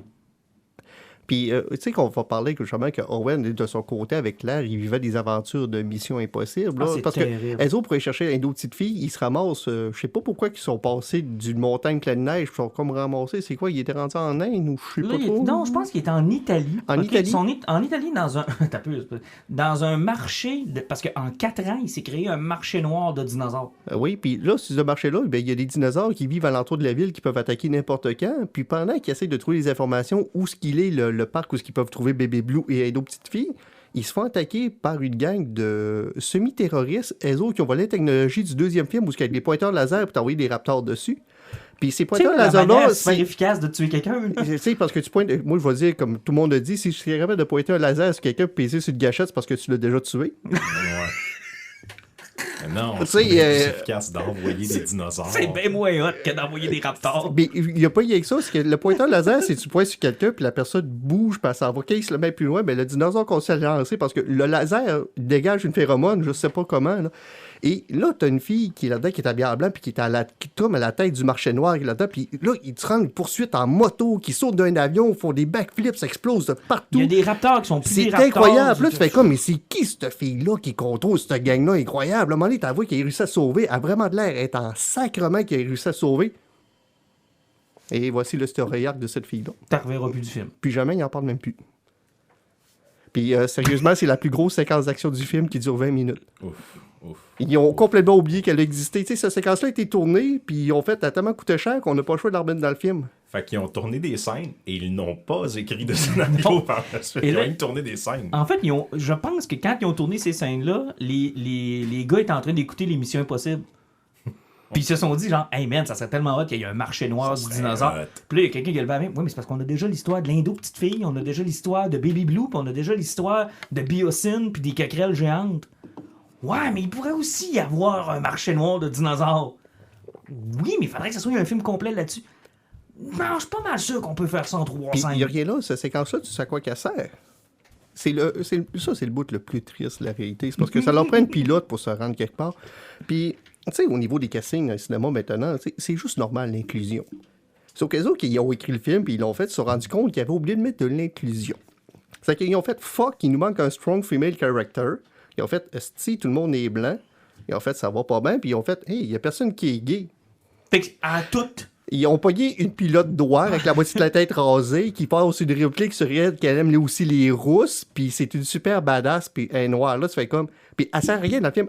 Elle sert à sweet fuck all. Elle les accompagne, puis elle est toujours à droite ou à gauche dans le plan de caméra, mais jamais au centre. Là, tu fais comme... Ah, c'est tellement triste. Ils l'ont casté absolument juste pour ça, puis Ils ont aussi tout mis dans le même paquet. personnage. On dirait qu'ils ont fait un token. Exactement un token. Et ça, c'est sans compter toutes les décisions les plus épaisses les unes que les autres, telles que, OK, Claire, on a des problèmes avec des ptérodactyles, fait qu'on va t'éjecter en plein milieu de l'île avec tes talons hauts. Parce que c'est toi qui as le plus de chances de survivre et pas moi, l'ex-Navy Seal. Mais, mettons, au-delà de ça, là, ce que vous me dites, tu sais, ça a vraiment de la merde. Ah, là. c'est de la merde. Mais moi, ce que j'aimais dans le premier Jurassic Park, c'est que tu sais, les scènes d'action étaient cool, les effets spéciaux étaient hot, puis le film était épeurant. Tu sais, sans être un film d'horreur. Les effets spéciaux sont même pas beaux. Ils sont cheap. Ok. Ils sont cheap as Y a- fuck. y a-tu du stress un peu? Y a-tu Non, des scènes Même qui sont pas. iconiques? Ils ont essayé, mais tu sais, ils ont essayé de faire beaucoup de fanservice, genre que tous les personnages se ressemblent ensemble puis ils jouent la musique de Jurassic Park 1, mais c'est tellement forcé et cheap, là. Hey, même Alan Grant, là, Sam Neill a tellement pas l'air d'avoir de fun. Là. Il a juste l'air de genre, signe le paycheck, là. Rentre ça dans le compte. Là. Puis le pire, là, c'est que quand le propriétaire de Biocine se rend compte qu'il est dans le marbre puis que les informations sur ses sauterelles vont sortir, c'est quoi la grosse finale du film, comment le bordel fait pour pogner? C'est lui, il a plein de contingences qui peut brûler ses sauterelles pour effacer ses traces. Ce qui est con parce qu'il y a environ 3 millions de gigabytes de serveurs qui traînent un peu partout, puis ses sauterelles, tout le monde les a filmés sur YouTube. Là. C'est qu'il paye ce piton puis ça brûle ses sauterelles. Sauf qu'il n'a pas pensé au fait que quand il brûlait ses sauterelles, ben, pour éteindre le feu, il y avait un système de ventilation qui était là pour ça, c'est que les sauterelles en feu sortent de son building, puis crisse la forêt en feu, puis qui fait paniquer les dinosaures. On est là. On est rendu là. C'est Une que, pluie de c'est- sauterelles en feu. Puis, veux-tu que je te dise... Veux-tu que je te dise, parce que tu sais, vraiment, là, t'as une heure du film où tu as Hélène puis Alan Grant qui essaie de voler les informations dans Biocine, mais tu te rends compte que, oui, Ian Malcolm était déjà là, il aurait pu, mais encore pire, le publiciste, le bras droit du propriétaire, est un environnementaliste aussi qui travaille ce sujet-là. Le gars a un cellulaire sur le 5G, il a accès à tous les ordinateurs du building, puis il n'a jamais été capable de filtrer l'information par lui-même. Pourtant, il y a un compte Twitter. Et même après la catastrophe, Ellie Sattler envoie quand même le spécimen pour prouver que c'était vraiment lui. Et encore pire, tu sais, l'Asiatique qui était dans le premier, qui a créé les dinosaures, qu'on a revu dans Jurassic World 2, qui a parlé un petit peu de Nado Petite Fille, ben, à la fin, c'est lui qui trouve la cure pour effacer les sauterelles puis les sucres, mais sauf que c'est lui qui a causé tout ce marde-là, puis à la fin, si tu le vois relâcher l'espèce de petit virus pour sauver le monde, il passe aux nouvelles comme un héros. Il est pas en prison. Et là, tu comprends qu'il faut qu'ils finissent le film aussi, hein? Ouais, ben c'est ça, Bon, parce que là, mais- il y a beaucoup d'éléments. Puis... Mais là, l'affaire, c'est que les scénaristes se sont dit, fuck, on a déjà écrit une fin dans le premier Jurassic World. Fait qu'on a juste à prendre cette fin-là, puis la refaire. Un combat entre deux T-Rex. Fait que là, il y a un T-Rex qui se bat contre un gigantosaure, puis il se team avec un autre dinosaure en faisant semblant d'être mort, puis ils réussissent à empaler le méchant dinosaure sur l'autre dinosaure. Fait que là, Dino Avengers Power prise 2. Ça me donne le goût de réécouter Mais- versus ce que Puis, tu fais. Même affaire, là. Même affaire que le premier, là. Pareil. Pareil. Puis aussi, il faut pas oublier que Indo Petite Fille, c'est un projet nazi. Parce que la mère d'Indo Petite Fille, elle, ça s'est clonée en quelque sorte parce qu'elle avait un gène dégénératif, puis elle s'est clonée pour effacer son propre gène pour qu'elle soit parfaite, pour qu'elle meure pas de sa maladie dégénérative. Ça fait que c'est une crise de nazi. Elle s'est auto-mis un bébé dans le ventre. Fait que là, Pour- Indo Petite Fille est parce que- contente parce qu'elle a une maman. Parce qu'elle voulait exister elle-même sans sa maladie. C'est qu'elle voulait s'améliorer elle-même. Ouais. Puis elle s'est filmée en passant en 4K en 1993. À la Avatar, là. Genre, elle a un journal, là, puis c'est super... Écoute, c'est cheap as fuck, là. Genre, on la voit, là, puis toutes les bons vidéos sont au bon moment, parce que, tu sais, elle visionne 4 vidéos, puis c'est 4 vidéos à dans peu- la bonne séquence, là. à Elle peu a près- utilisé le matériel qu'il y a dans les films pour ça, agrandir À peu près les comme la photos. meilleure séquence du film Logan, où ce que t'as la fille qui essaie de sauver de l'hôpital, elle faisait son documentaire que même Ouais, style c'est National ça. Geographic n'a jamais rien fait d'aussi beau que ça, là. C'est super incroyable. Puis là, t'as vois, genre, au stade les plus importants de sa grossesse, là, puis tu fais comme, comment est-ce qu'elle a pu tomber là-dessus, tabarnak? Tu sais, en 93, man, là, tu sais, même un peu avant le parc Jurassique, parce que dans le fond, ce qu'on comprend, c'est que elle faisait ça au moment où InGen était au top, là, tu sais, genre avant l'incident de Jurassic Park. Oh man, c'est con, mais con, là. Mais con, là. Mais au moins, à la fin, il y a une séquence fucking awesome. Quand Owen ramène le bébé de Blue, il donne le bébé Raptor, les deux sont super heureux, puis ils partent là, tu fais comme, hey, le film vient de finir, il a ramené les deux, la mère puis l'enfant ensemble. Et là, au moment, avant que le rideau tombe, Blue revient, regarde Owen, puis elle fait, puis elle retourne. Elle est revenue comme l'acknowledger qu'elle avait Ouais, sauvé il son dit enfant. merci. Merci. C'est venu dire, mais ça, c'est rien, parce qu'après ça, on a une super séquence et une super morale dans laquelle on nous dit, vous savez, nous allons tous maintenant coexister. Puis là, t'as des éléphants avec des brachiosaures, t'as toutes sortes des ptérodactyles avec des goélands, Des rhinocéros avec des des triceratops. rhinocéros avec des triceratops. Ton Golden Retriever de 800$ avec dans la bouche de Raptor. Et là, on va tous coexister. Genre, ça va être juste normal que, je sais pas, moi, tu frappes un orignal ou un diplodocus dans le parc. Des C'est choses un, qui des, arrivent. c'est un des deux, OK? Tu sais, quand t'es écœuré de grand-papa de ceux qui meurent, ben, tu y mets de la sauce en barbecue qui est fait soleil, tu le mets sur la chaise berçante dehors, puis t'attends qu'un Raptor passe. T'as 2-3 raptors qui le bouffent. Écoute, c'est con, là. Ah, Mais vous con. m'avez pas là. convaincu. Vous m'avez pas convaincu. Ben, il y avait rien à convaincre, Jean-Nic. C'est con, là. C'est tellement con, là. Ça a l'air bien mauvais, votre film, je vais vous le dire franchement. Ah, Mais non, c'est tu sais, ça a très pas l'air mauvais. très bon. Tu t'imagines-tu coexister avec des ptérodactyles à la plage, hein, quand ça d'abord, c'est déjà de la misère avec des goélands, ben je vois avec un oiseau qui peut t'arracher la tête. D'abord, t'sais- ça chie en crise en passant, ça. Là. Je veux dire, t'es sur la plage, tu reçois une merde Une de belle grosse ptérodactyle, bouse d'après de moi. dinosaures ça- en tête. Ouais, Ça doit être un bon problème, on va se dire ça comme ça. Là. Ça doit être un pas pire problème. Et le pauvre T-Rex en plus, hein, parce que là, le T-Rex, ce qu'on comprend, là, c'est que bon, il est parti de l'île dans Fallen Kingdom parce qu'ils l'ont vendu aux enchères. Il s'est sauvé. Là, il était avec un lion à la fin de ce film-là. Là. Puis là, dans le film, en plein milieu, ils sentent le besoin de nous dire justement, nous avons capturé le T-Rex il y a de cela maintenant une semaine pour justifier le fait qu'il est encore Puis, là. en parler des effets nostalgiques qui sont poches, la première fois que tu vois le T-Rex arriver, c'est quand il arrive. Et c'est comme une murale avec un gros rond qui est dedans, puis quand la face passe dedans, ça fait symbole des premiers Jurassic Park. Ah, c'est vilain, là. Vilain! Tu sais, ils ont vraiment pioché dans la nostalgie poche partout avec un scénario de marde qui avait pas de sens. Et le film, t'es pas capable de le suivre parce qu'il n'y a aucune arc narrative, parce que ça va de A, B, C, D, Z, W, K. Et en passant, là, tu sais, on se demandait en 4 ans comment les dinosaures pouvaient avoir fourré autant. Là.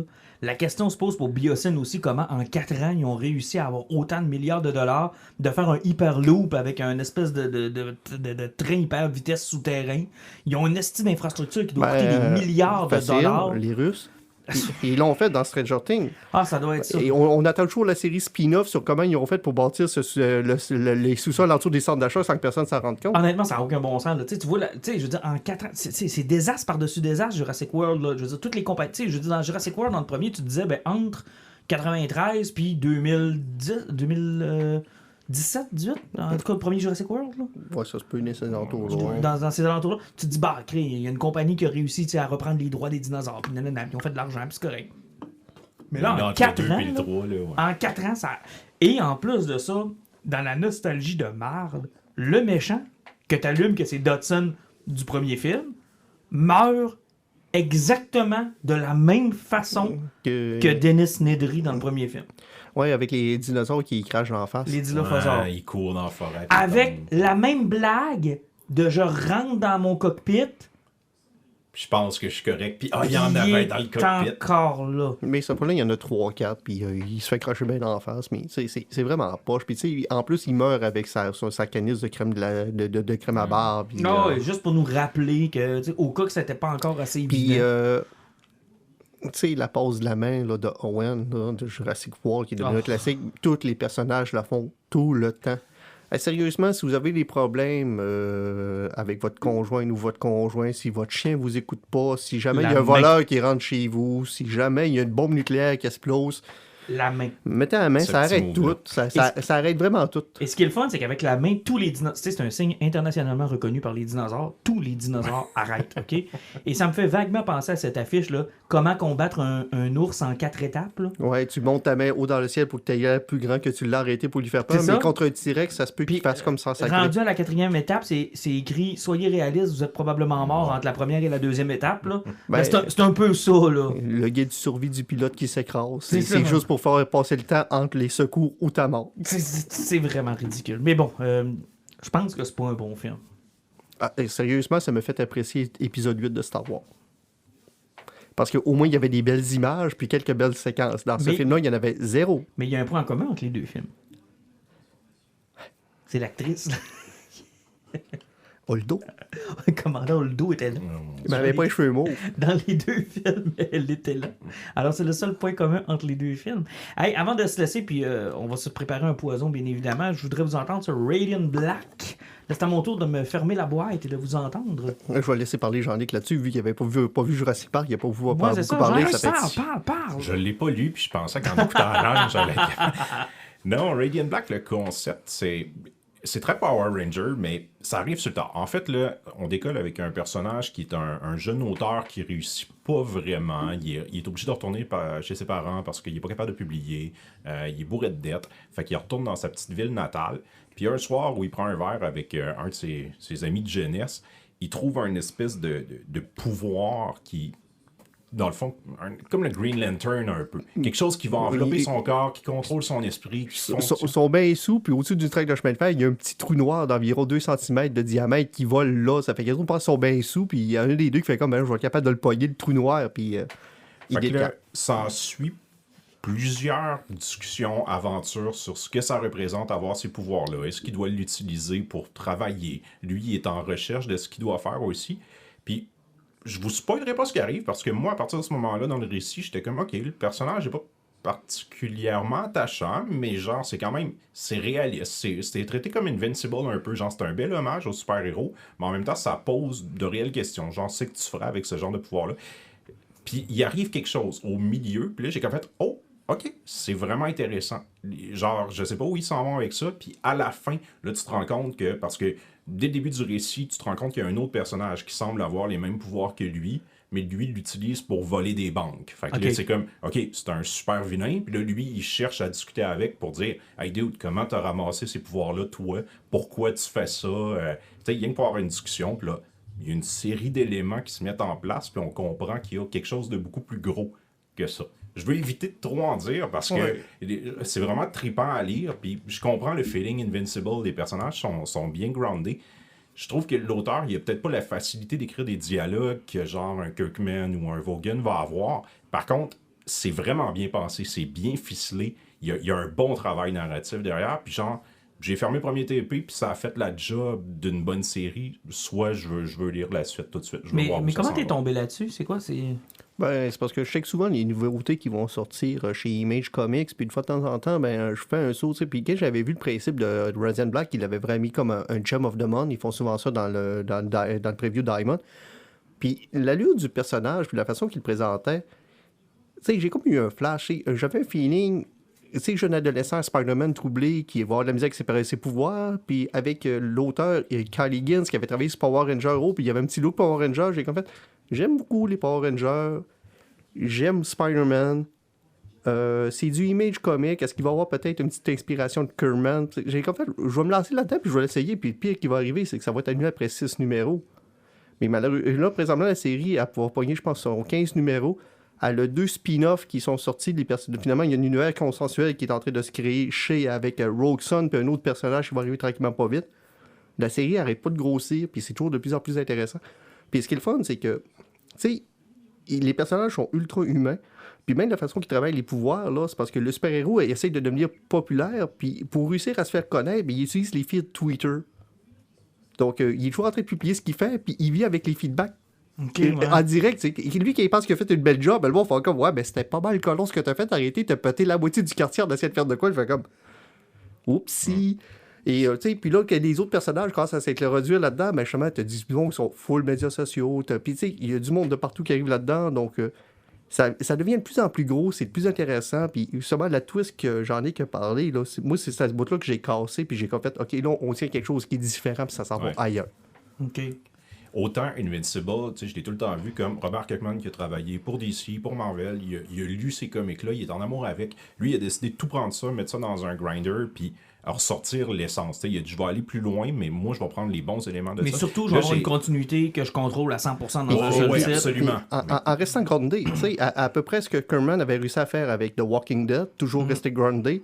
Avec Invincible, il est parti complètement ailleurs. C'est que là, on a une série de super-héros qui reste toujours accrochés au sol, puis que tu vois que ça va aller plus loin, mais ça revient toujours aux traits humains puis aux traits quotidiens de tout le monde. Ça a un petit côté kick-ass un peu, mais sans le côté genre... tu sais, kick-ass voulait comme être violent, edgy, tu sais, un petit peu comme du Garth Ennis. Là, on est beaucoup plus dans... C'est des problématiques humaines, genre, ils ont des problèmes financiers. Ils se posent des questions sur où va leur vie, qu'est-ce qu'ils ont accompli. Tu sais, c'est quand même mature comme écriture. Puis, tu sais, des fois, j'étais là, je sais pas si c'est maladroit ou si ça s'en va quelque part. Puis, des fois, je me faisais surprendre. Je me disais, non, il y a quelque chose à dire, l'auteur, à propos de ça. Il pose des réelles questions de fun. Puis... Ils ont sorti un spin-off, celle-là qui vole des banques.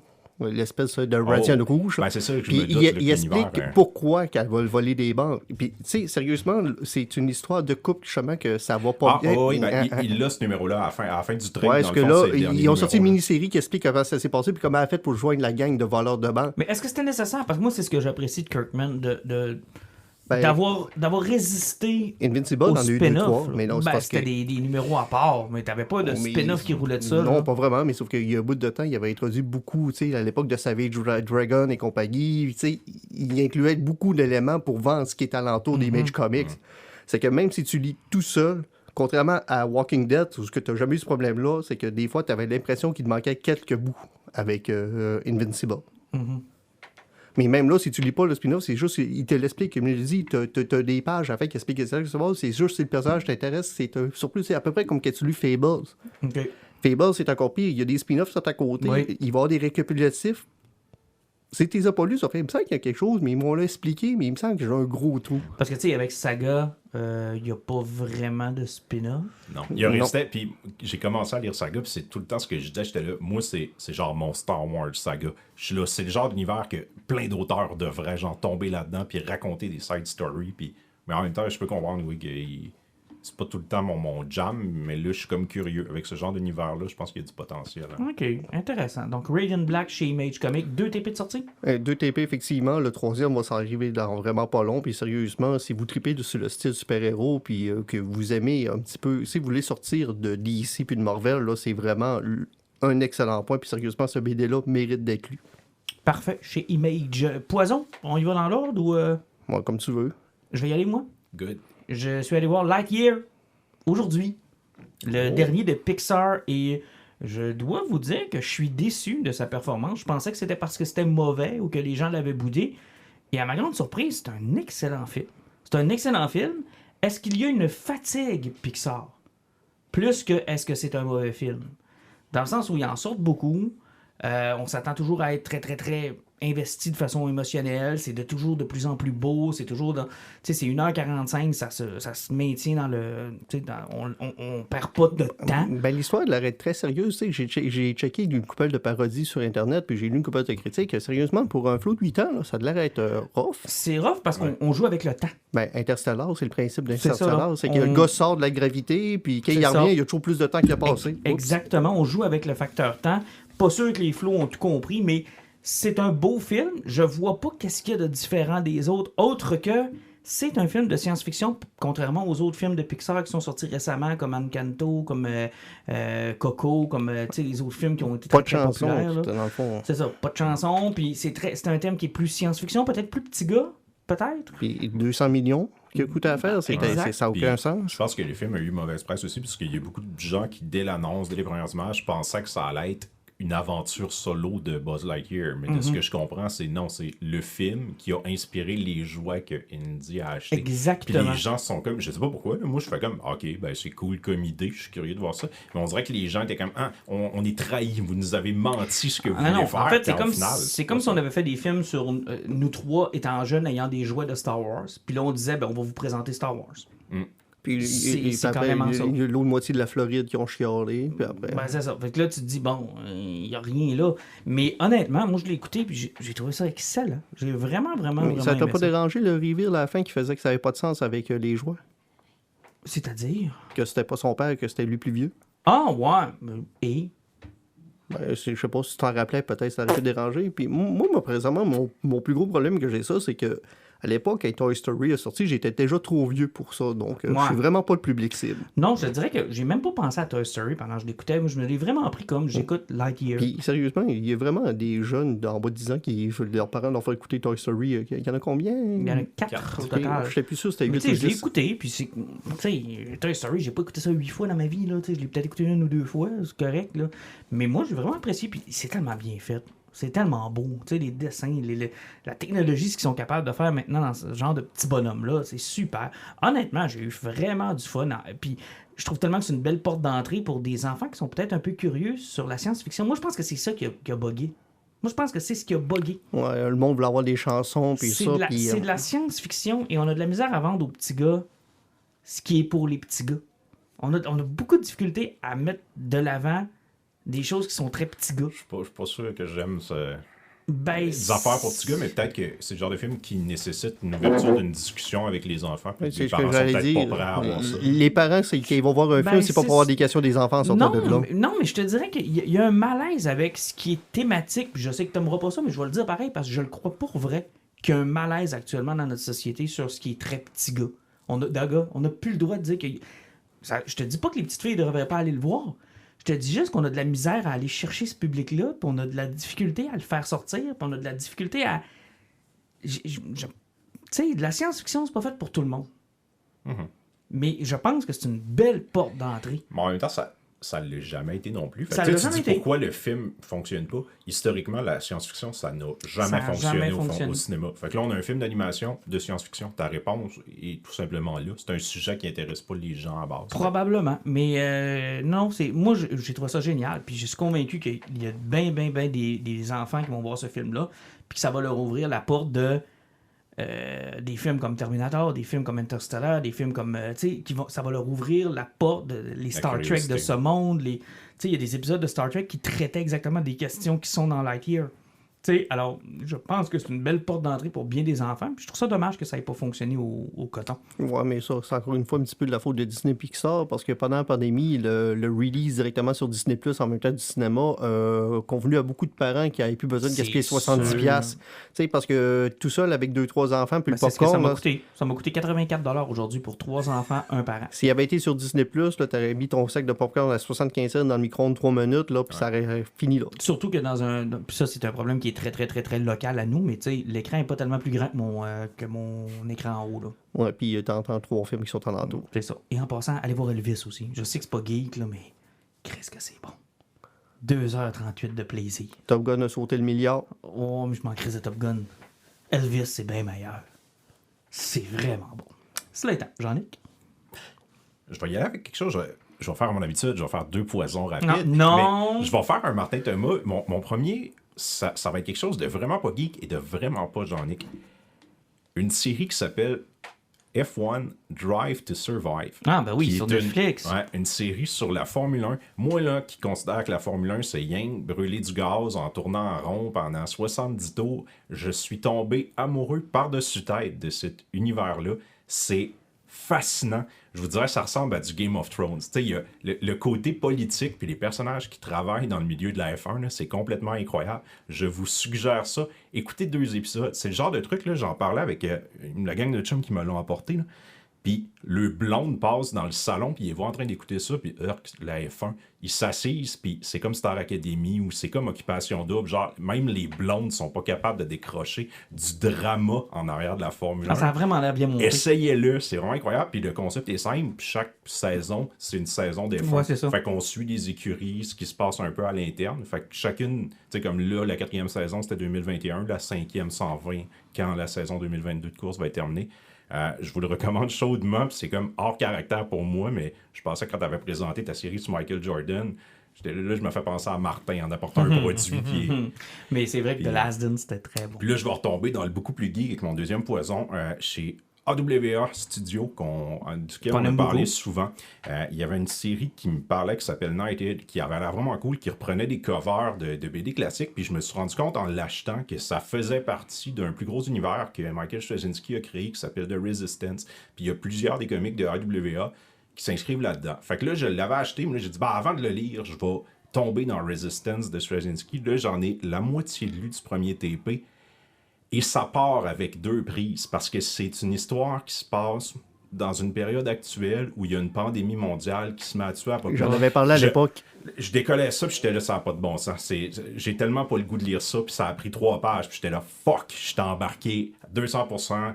Il y a un pourcentage de la population qui survit, qui devient avec des pouvoirs, mais c'est tellement bien écrit. Straczynski, c'est un auteur qui me fait chier parce que il travaille beaucoup chez Marvel, puis il a fait très peu de trucs chez DC, mais c'est tellement plaisant de le lire, il y a tellement une plume, le fun.